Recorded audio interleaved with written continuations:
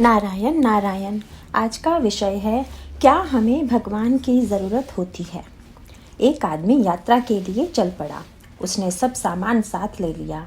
वह पान तंबाकू खाता था। उसने वह सब साहित्य भी साथ में लिया था।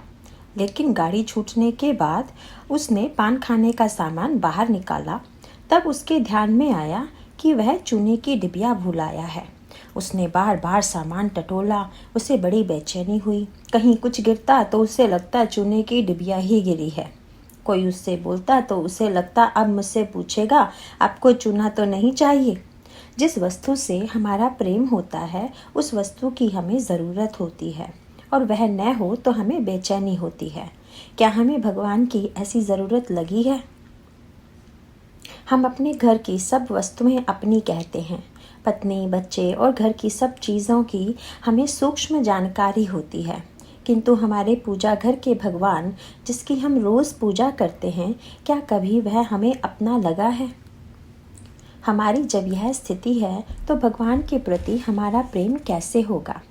यदि हम चाहते हैं कि भगवान से हमारा प्रेम हो तो संसार की आशा छोड़नी चाहिए। व्यवहार न छोड़ें, लेकिन विषय में आसक्त होने वाले हमारी प्रवृत्ति भगवान के प्रेम में बाधा होती है। इसलिए उसे भगवान की ओर लगा दें। भगवान के प्रति सच्ची रुचि, आकर्षण निर्माण होना चाहिए। भगवान के बिना मेरा काम ही रुक जाता है, ऐसा लगना चाहिए। जिसका हमें सहवास होता है उसके प्रति हमारा प्रेम होता है। जिससे प्रेम होता है उसकी ही हमें ज़रूरत होती है। सहवास से कितना प्रेम हो जाता है इसका तो हम अनुभव करते ही हैं। यात्रा में यदि कोई भला आदमी मिल जाए तो उससे हम बोलते हैं, उसके साथ बैठते हैं, उससे हमारा प्रेम होता है। जब वह अपने निर्धारित स्टेशन पर उतर जाता है तब हम उससे कहते हैं, तुम्हारे साथ समय बहुत आनंद में बीत गया। यदि आपका सहवास अधिक मिलता तो अच्छा होता।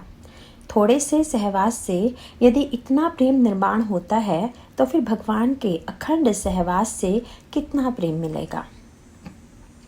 इसलिए उसके नाम का निरंतर सहवास रखो।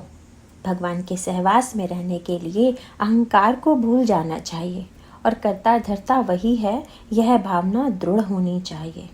जो भी कर्म होता है वह उसकी कृपा से ही होता है, ऐसा भाव निर्माण होना चाहिए। जब तुम व्याकुल होकर आकुलाहट से उसे बुलाओगे तो वह तुम्हारी पुकार सुनकर प्रसन्नता से दौड़ कर आएगा। यह शंका मन में कभी न आने दो कि नाम स्मरण से क्या होने वाला है। नाम में कितना सामर्थ्य है यह नाम स्मरण से ही अनुभव करो। जिसे नाम के प्रति प्रेम हो गया उसने मानो भगवान को अपना बना लिया, इसमें कोई संदेह नहीं। नारायण नारायण।